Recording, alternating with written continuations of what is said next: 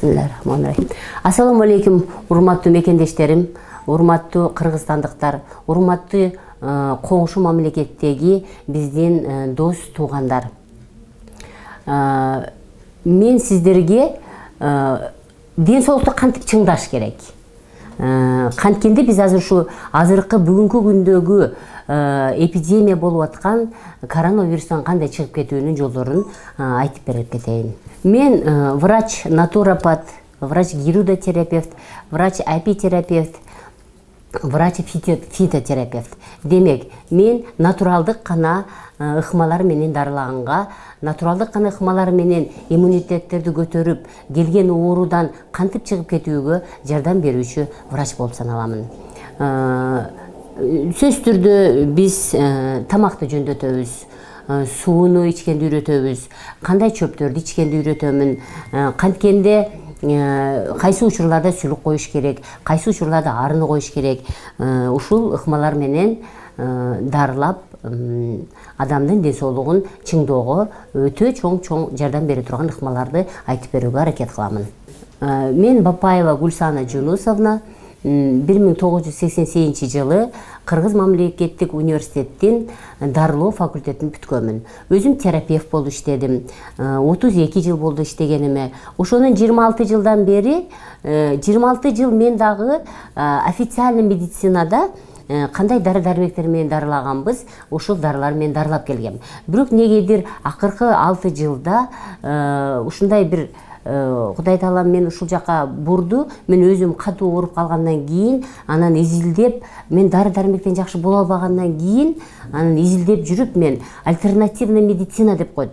Менин колдонгон ыкмаларымды альтернативный медицина деп койт. Официальный медицина бул дары-дармек менен дарылайбыз. А альтернативный медицина бул да медицина. Бирок бул натуралдык ыкмалар менен дарылоочу медицина болуп саналат. Ушул альтернатив медицинага кеткенге туура келди.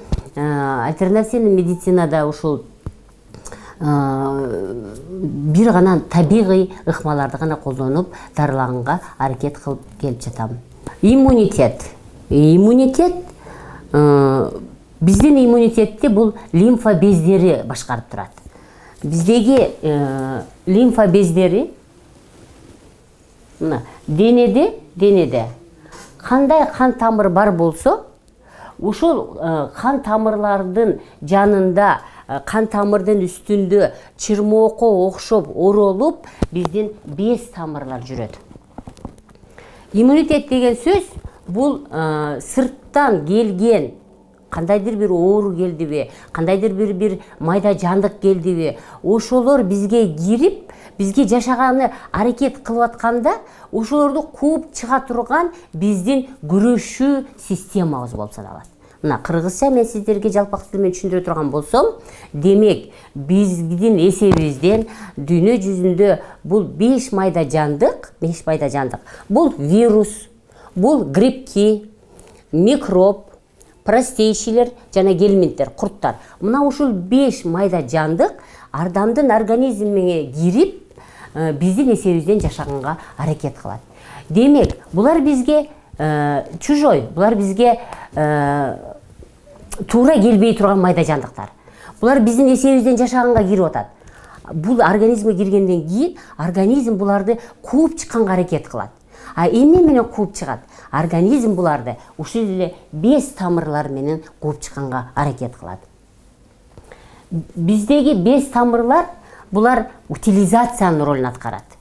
Демек, микроб кирди, кан аркылуу кирдиби, эми мындай аба аркылуу кирет, тамак аркылуу кирет, ал киргенден кийин кан тамырга кирет дагы, анан кан тамырда айланып жүргөндөн кийин кан тамырдын ичин кан муну бул бизге организмге туура келбей турган нерсе экен. Сен муну жок кылып берчи деп туруп лимфа бездерин өткөрүп берет.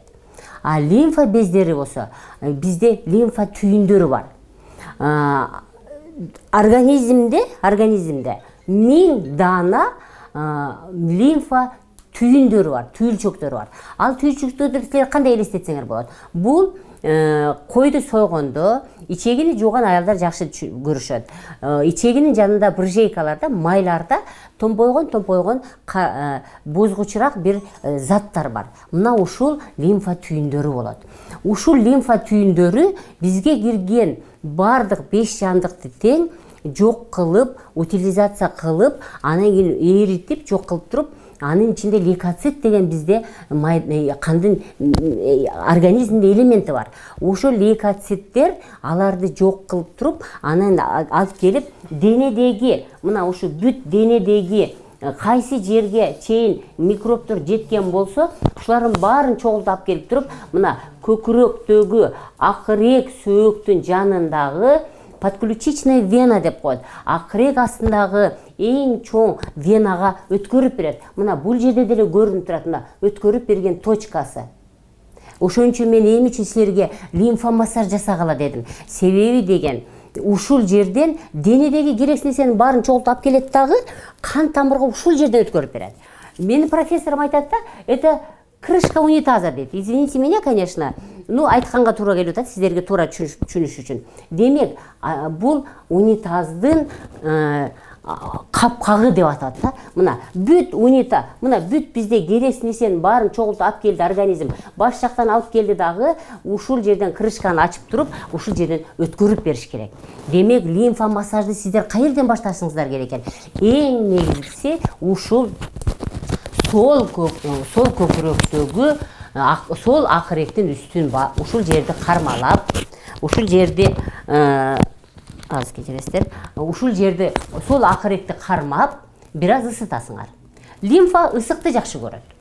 Кан тамыр бул жүрөктүн насосу болгон үчүн, дене суудай суюк болгон үчүн, жүрөк аны тартып, денеде бут жактан өйдөгө келип, баш жактан өйдөгө ылдыйга келип, ушинтип айлана берет. Лимфа бездери булар койгураак болот. Кан сууга окшош суюгураак болот. Лимфа бездери койгураак болгон үчүн, демек аларды биз ысыткан сайын ушул ысык жерде алар жакшы жүрө баштайт. Мына адамдар айтат, мен баняга барганда абдан жакшы уктадым деп. Себеби деген сиз парда, сиз бул лимфа бездерин иштегенге жардам берип койдуңуз дагы, керексиз нерселер баары келип туруп венага өткөрүлүп бергенден кийин сиз өзүңүздү абдан жакшы сезип калдыңыз.